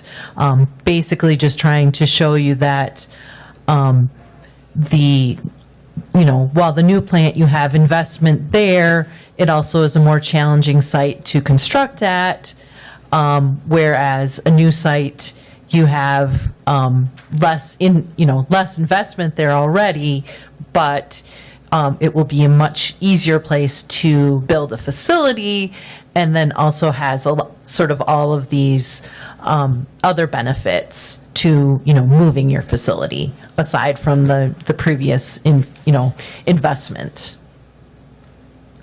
And I just know I'm going to mess this up. So again, this chart just tries to quantify the costs, because again, there is some cost difference or differential in looking at the two options, whether you go from staying at the existing facility to moving to a new facility. And so this is just comparing the capital cost from one site to the other and trying to quantify in sort of that alternatives comparison. So any questions there? Just one, I guess, now that I think about it. As far as if we build a new facility, how long before things would have to be updated? I know there's different regulations and things coming from the state, so obviously you would have to do updates, but I mean, this would be a facility, the one we currently have is pushing 60 years old, including a lot of the equipment in there. I guess my question is, and maybe it's really putting way far ahead, sorry to ask, No. but I'm just thinking out loud. As far as a time frame before we need other improvements or that type of thing, or how long would this facility last in this new location? Yeah, when we're planning for new facilities, we're really looking at a generation. I mean, we're looking at something that's going to last for a facility, again, another 50 years. I mean, or even longer at that particular location. I mean, that's not to say that, every piece of equipment is going to last there. Sure. I mean, you're going to be replacing pumps and valves, and I mean, certain things, certain components are going to have their, a finite life, and it's going to depend on, for example, a pump that's pumping clean water might last a lot longer than a pump that's pumping, grit and sewage and things. So, different applications of different pieces of equipment are going to have different life cycles. But, looking at a new facility and a new water plant, I mean, we're definitely looking at this is a once in a lifetime, once in a generation, Now, for sure. if it was to be done, now would be the time to do it. Now would be the time to do it. For That's certain. why we're all chatting today. Yes, it is. In the option trying to maintain the existing. It appears, or if I read that correctly, that we're going to have to repump to get the water to move it through, whereas in the new facility, I trust that wouldn't be necessary. Is that correct? Well, we You're won't, talking about after the filters and... before the filters or after the filters, I don't know what time frame, or what segment. I know you're going to have to repump before you pump it out. Is Well- that fair? Actually, in a new facility, do you want to field that one, Kat, or, okay. In a new facility, the wells will pump through the first several treatment processes. There'll be the earth strippers, or the aeration trays, the oxidation, and the filters. After the filters, there will be a repumping just as you're doing now Get it out in the distribution. to get it out in the distribution. Now, at the existing facility, potentially there could be 2 repumping steps, but that will be evaluated in the preliminary design. We're going through ionic exchange or gravity granulated activated carbon. Those are pressure vessels. So the decision can be made whether to include that as 1 pumping episode or 2. Right now, I think we're leaning to 2 pumping episodes. At the existing. 2, yes, at the existing, 1 at the new. Okay, but every time you repump it, that's energy, so its operating costs would tend to go up on the existing facility. That would be correct. Okay.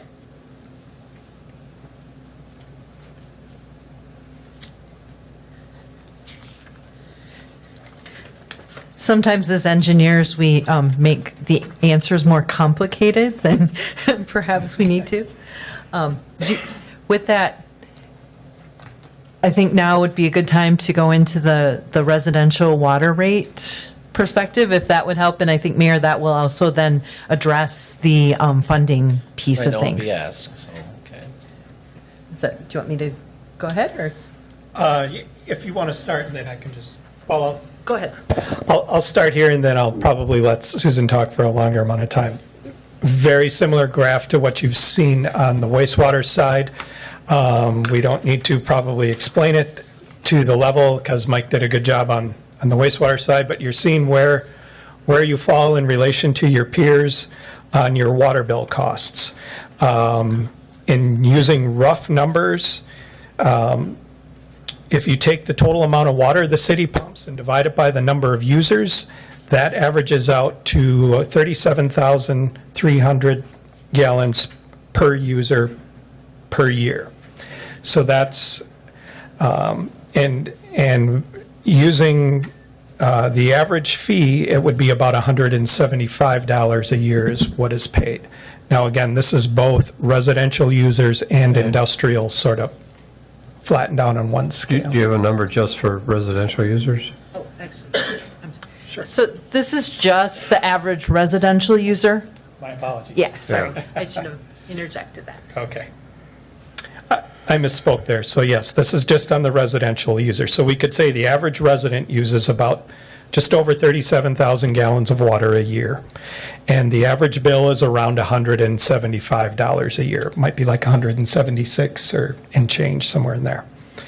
So if you divide those two out, that's 1/2 of 1 penny a gallon is what it costs to provide water to citizens in the city of Wausau.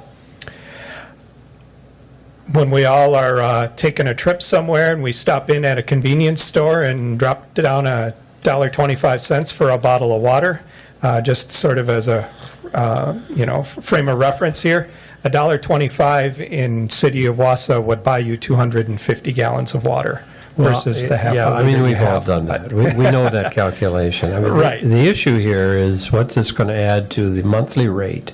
Yep. Because we already have authorized a project that's going to add to the monthly wastewater rate. and that's all in the same bill when it comes to my house. Exactly. Okay. And I'll probably let Susan take over here. I've advanced to the next slide if you're following along, and we're getting into exactly what Jim asked.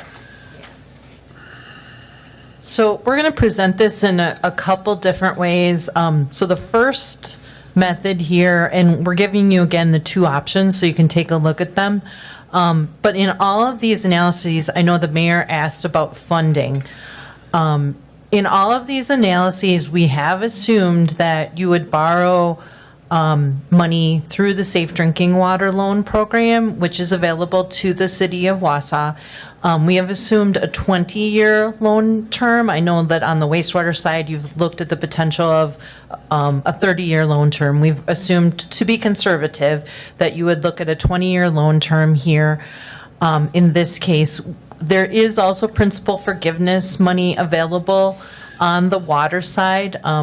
Unfortunately, the Safe Drinking Water program hasn't historically had quite as much money as the Clean Water Fund program. Fortunately, that has changed over the last 5 to 10 years, and fortunately, there are funds available, but the principal forgiveness available likely for, and I just looked it up today, for the city of Wausau would probably be around $500,000 to $600,000 for your project. So again, not a huge amount of money, but again, something to put toward the project. But we have assumed that you would use that money, and the interest rate again is right now at 1.98%, again, 20 years. In doing the calculations, I've assumed that that's how you would fund the debt.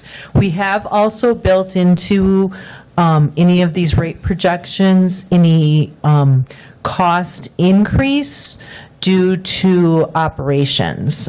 So we're projecting right now, based on these preliminary costs, that the operational costs of making improvements to the treatment would cause a rate increase to the average residential user of about $1 a month. So we have built that into all of these costs, just to try to capture everything so that there's no surprises down the road.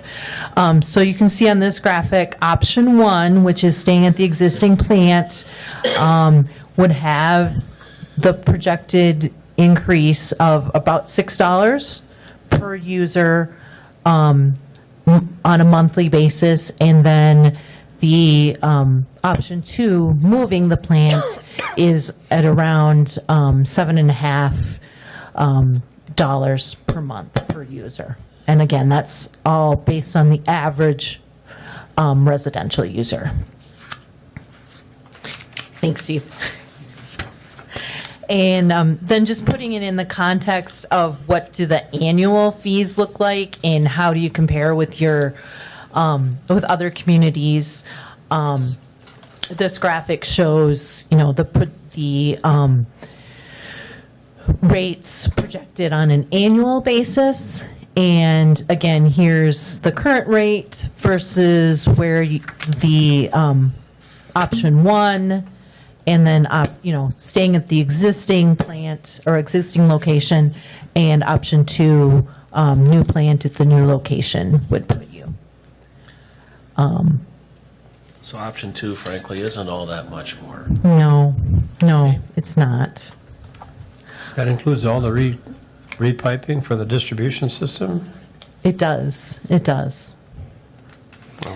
You're actually in a really good position it's kind of fortuitous the way that your wells do happen to be in one area. Actually, it's not, and but- okay, I shouldn't say it's fortuitous. It's really There's a good motive, planning. sure. It's a good situation to be in.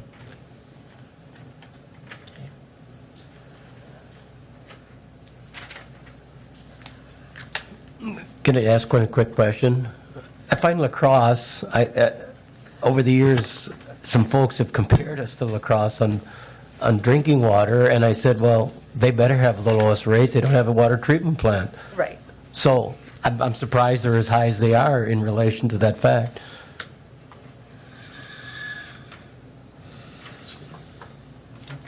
Can you go back to one slide?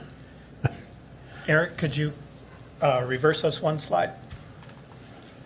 I know in past times, people have asked, how do we compare to other local communities?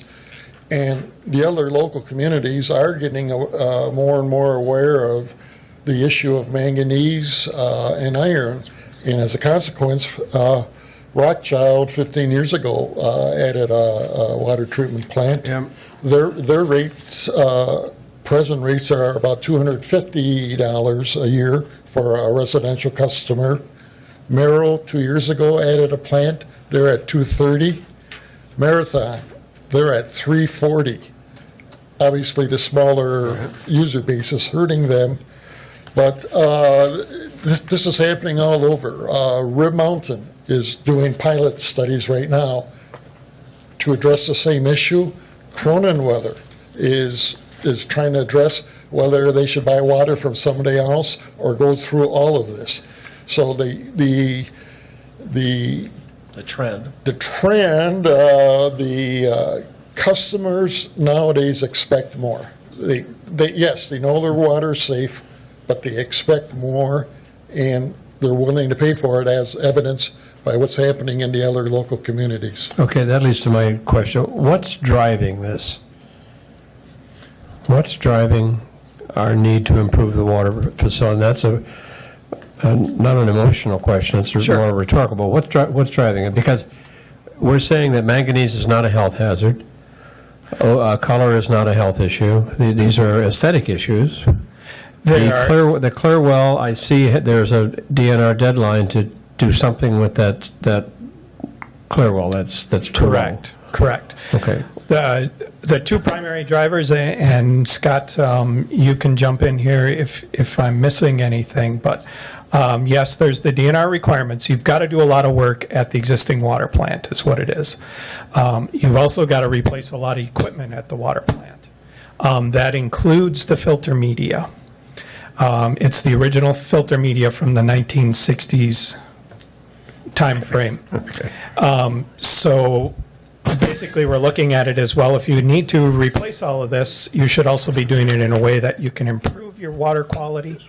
And on top of that, the other two primary drivers would be color is more and more of an issue today than it has been in the past. And Scott could certainly speak to concerns that he fields on that.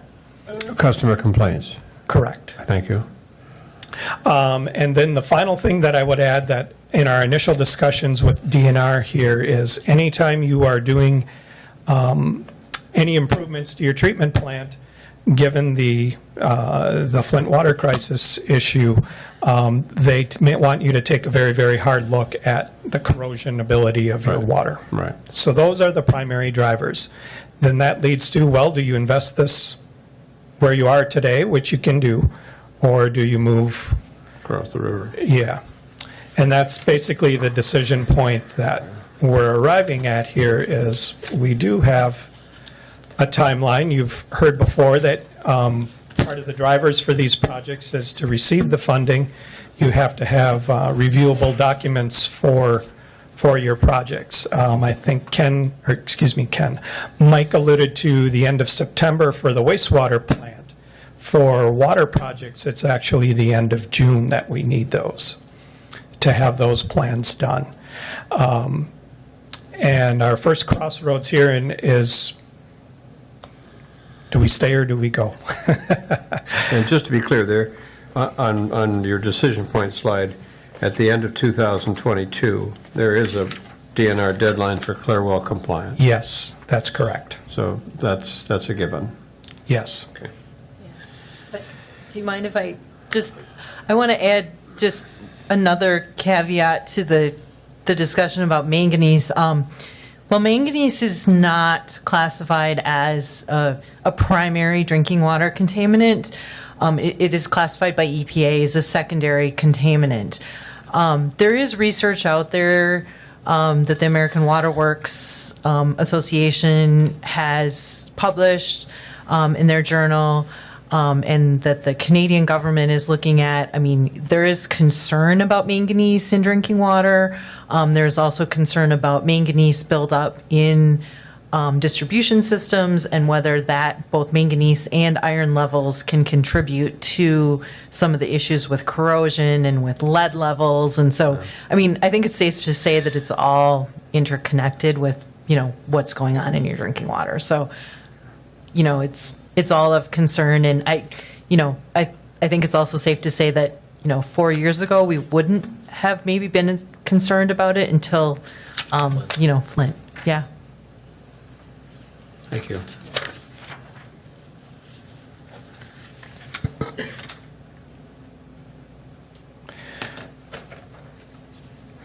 I have some more slides here, but we've been at it for a long time. And some of them can be, I believe you have a copy of the overall presentation. The last two slides that we really had in the formal presentation are a decision point, just basically a zoom in of the site in relation to the new wells and where the existing site is. And then the final slide is some more detail about our path forward and what our next steps in the process would be, where, I guess what we're looking for is some direction on water treatment plant location. And then you can see in front of you the next steps that would need to occur to meet a June 30th timeframe for reviewable plans and specs. Which is common. Correct. On the new plant location, how close are we to residences? Eric, if you want to back up. It looks like we're quite a ways away We're from. really not too close to anything. Another reason why this is being brought forward. There's not too much out there. Yeah, the plant right now is proposed to be pushed back, to the north side of that property. The residents are on the south side of the road. There is potential on the east of this property that, for development. We don't own it, Matthew does. So currently right now, but I mean, a water treatment plant really is not a bad neighbor, Right. So I think. What about that- truck traffic, Eric? I think there will be some, deliveries and stuff, just like we have right now down on the riverfront. I think a lot of our other truck traffic would go, to the pit and things like that. I'll jump in, and then Scott, you can chime in too. If we move it to the north side of this, there's some change in terrain here, so in preliminary design, we'd be able to give you a better idea and looking closely at the site. But there probably would be the ability to have truck traffic come in off of East Campus Drive, which is basically kind of a truck route now. It would have been when there was a concrete plant on this site, Yeah. where they would have gone in and out. And the distribution center, where would that go, Scott? The building that you have down there that's devoted to the distribution? I would like it to be attached to the new plan. Okay. I will clarify that it was a footnote on our cost estimates, but our cost estimates, I do not believe included, correct me if I'm wrong, but we did not include costs for relocating the meter shop in these costs here. Okay. And I Do you even also wanna take a believe guess? that, Sorry? Do you even want to take a guess? Don't do I'm not trying to put you on the spot. Yeah, No. okay. I just know I'll be asked, that's all. right, and that's something we can certainly look at a little more. My apologies. That's okay. I'm trying to flip back over. I don't see it. I'm looking at slide number 12. So this would be our water treatment plant upgrade costs. There's a footnote number 2, and that states demolition of the existing facility and relocation of meter shop are not included in the option 2 cost opinion.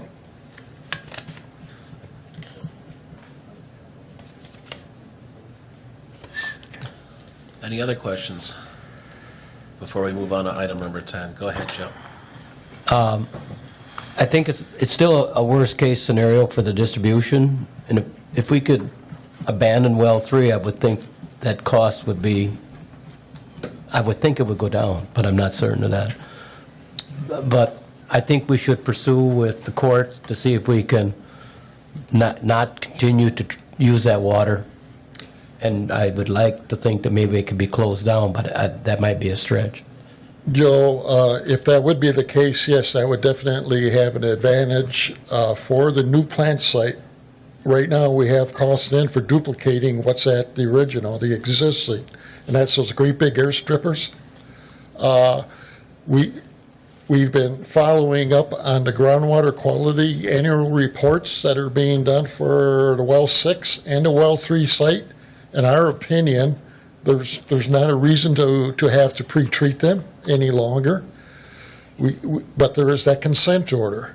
And we've been trying with the EPA and DNR to get somebody to tell us yes or no, and have had no luck. No one from the EPA will talk back to us, and no one from the DNR will take it by the horn. So maybe the new governor will help us out. But that would be a considerable saving. I know that the EPA is not going to respond for a little bit. Yeah, nobody's home right now. No, we've been trying since, gosh, May. I mean, monthly. And the other point is, using the existing well site, about every spare inch of vacant land is going to be utilized, so there won't be room for something more. Mayor, you were inquiring, what else is on the regulatory agenda. Well, we know the virus inactivation will definitely be there.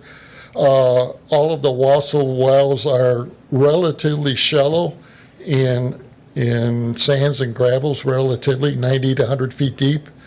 They haven't been classified yet, but they might in the future be classified as under the influence, direct influence of a surface water.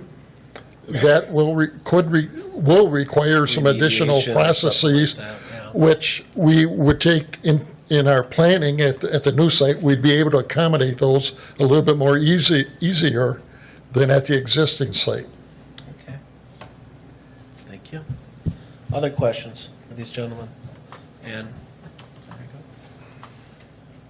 you go. All right then. Excellent presentation. Thank you so much. You answered many questions. It's something that's been brought forward. So let's move on to item number 10. Folks, what do you think? Yes, I worry about the costs and everything too. What is the but- overall impact now on a ratepayer? It looks like 66 cents a day for me, but I may be wrong in my numbers. If it's $20 a month for the wastewater project, $7 a month, no, $13 a month for the wastewater project, $7 a month for the water project, $20 a month, right? $240 a year. For a new facility, On a bill that probably averages $400 a year now, $410, $415, something like that. So it's a 50% increase in what a resident is currently paying, and if you did it on a cents per day, it's around 65, 66 cents a day. So that's what we're looking at, I think. I can appreciate as far as with the rate increase and for our taxpayers and water buyers and stuff like that. That said, I think it's the future. Okay, second question, we had public hearings on the wastewater project. Should we do the same on the Do water same. plant? I want it all out there. All right. We are proposing, at the committee of the whole on the 23rd, we'll be advertising that. We will have the facilities plan. Those will be public out there as well. to I know, invite but the public. on the wastewater one, Eric, we had a very few people in the Correct. audience. Yep. Even though the committee of the whole was meeting. That's correct. But that's not for lack of putting that information out there for the public to I know, attend. but I know what you're saying. it's just not, it's not an effective way to reach the public. Well, we are, we have been attending the neighborhood meetings, and That's great. there has been questions. We have been answering those questions as people have them. We I mean, as far as the presentations, we can also reiterate that these presentations were taped and, and that people can view them at their leisure as well. So we can make sure that they're aware of where that is. Can these slide presentations be put on the city website? Sure. Yes. Yeah. Okay. I mean, they're large, but Right. The thing is, it's like in making these presentations at the neighborhood groups or nonprofit events or whatever, most people seem to understand and they get it. And we really haven't heard too many negatives. I'm sure once things get implemented, you're always going to have, God bless them all, that core bunch. But this is for the future of our city. And, I'm looking down on the riverfront right now, what we have, a facility that's 60 years old. Trust me, I don't like spending money, but I also think this is one where I think it might be a good idea. But I want to hear what the public has to say, the city council, et cetera. right, we have to make that gotta information be public. available to them, whether they take advantage of it and pay attention to it and ask questions. Some folks obviously do, but we need to make that opportunity available. We I have to would do agree, and that's something that we've been trying to do for the last 2.5 years. Right. If I can say something, that's why we film everything now. Everything's broadcast. It's put out there on social media. There's not too many surprises, and in the end, we've been pretty lucky as far as we don't have the open records request like we used to. Most people seem to get it. You've got to have the right message, explain to people the truth and what's happening, and the reason why it's being proposed, and that's where we're at. Mr. G. I know we had a tough time just deciding to buy this property, and it cost, what, a little over $1 million? And that's an investment not only for this 50-year generation, that's an investment for hundreds of years for the city. And it was a prudent decision because we're already talking about using it, so Every now and then we make one, so. I would lean towards relocating the plant even in spite of that $10 million. A recommendation, if you will, and I'll bring it forward to the council, okay? I have a motion. Do I have a second? A second by Mr. Redmond. All those commissioners in favor signify by saying aye. Aye. No opposition? All right. Thank you, everybody, for hauling in for 2 hours and 10 minutes. Thank you. An excellent presentation by both of you. Don't be surprised if you come talk to our council and whoever in the public, but a very good meeting. So thank you all. I'll entertain a motion. Are there any questions or anything? I'll open it up if anybody from the public. Dennis, if you have anything to say or anything? Couple of quick things. One is If you'd like to come up to the podium, please. Just for the record, if you could, please, sir. Dennis Urbanek, 1505 Pineview Lane, Wausau. Just a couple of things. One is, we're looking potentially at $120 million worth of expenditure. That's a lot. Being a longtime Wausau resident and having moderate familiarity with water quality, more as it's applied in industrial situations, but also in sanitary.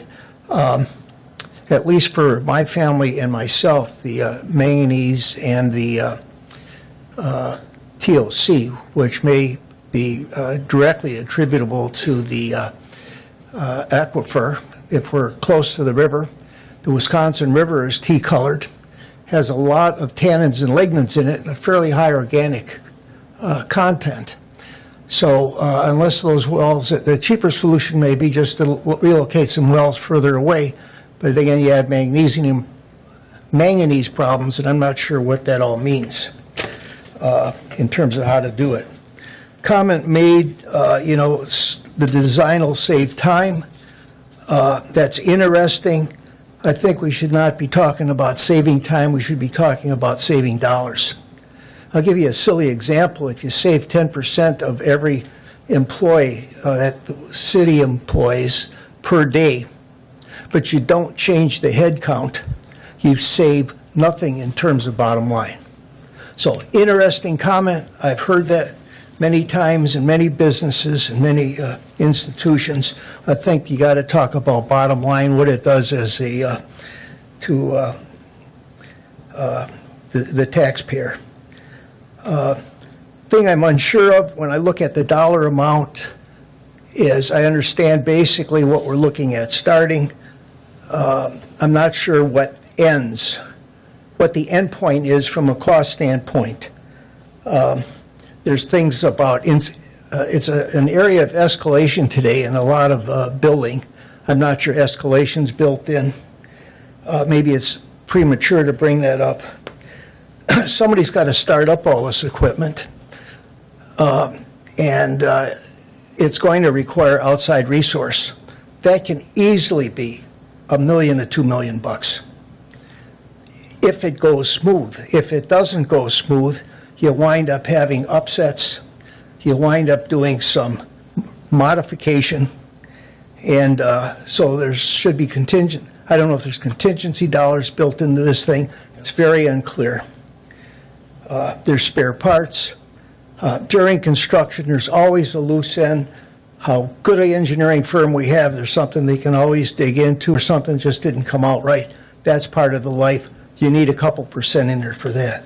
So that's an opportunity, really, to understand that this thing is complete in that, and maybe the engineers would guarantee a max, a performance spec and a max.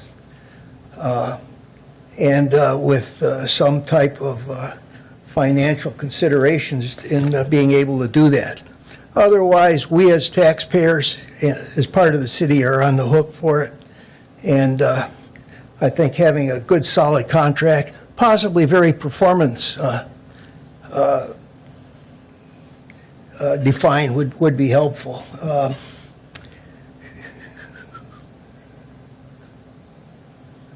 I also think, there's an awful lot in here on, as part of the maintenance, reliability, that type of thing. I don't see, and everything seems to be a must. Maybe it all is, but it'd be nice if it could be prioritized and said, what are the top 10, top 20 items? And I know, at least in our family, there's always more things we'd like to do around the house. They don't all get done in year one. You prioritize them, and maybe that does it all. Maybe it doesn't. With the wastewater treatment plant, with the improved performance that is suggested with the number of the changes to make it a more modern, a more controllable type of operation, possibly largely the capacity piece wouldn't be needed.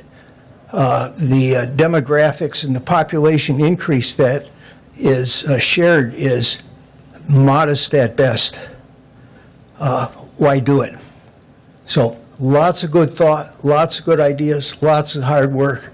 I think as a taxpayer and looking at the competitiveness of the community and having brought people into the area for a number of years, people look at how much it's going to cost to live in a community. And if somebody next door, and at one time that was Weston, could offer, quote, similar services for substantially less taxes, that's where a lot of people went. So anyway, thank you for your time. Thank you for your being able to listen. Lots of good things. A lot of things need to be done, and I don't think it's a matter of doing the things. It's a matter of doing the right things and doing them very cost effectively. So thank you. Thank you, sir. At this time, I'll entertain a motion to adjourn. There we go. Well, second, you don't want to lead it, or? Okay, you had your hand up first, so go ahead. First, motion by Ms. Herbst, second by Mr. Jean. All those commissioners in favor signify by saying aye. And at 3:45, we are finished. Thank you, everybody.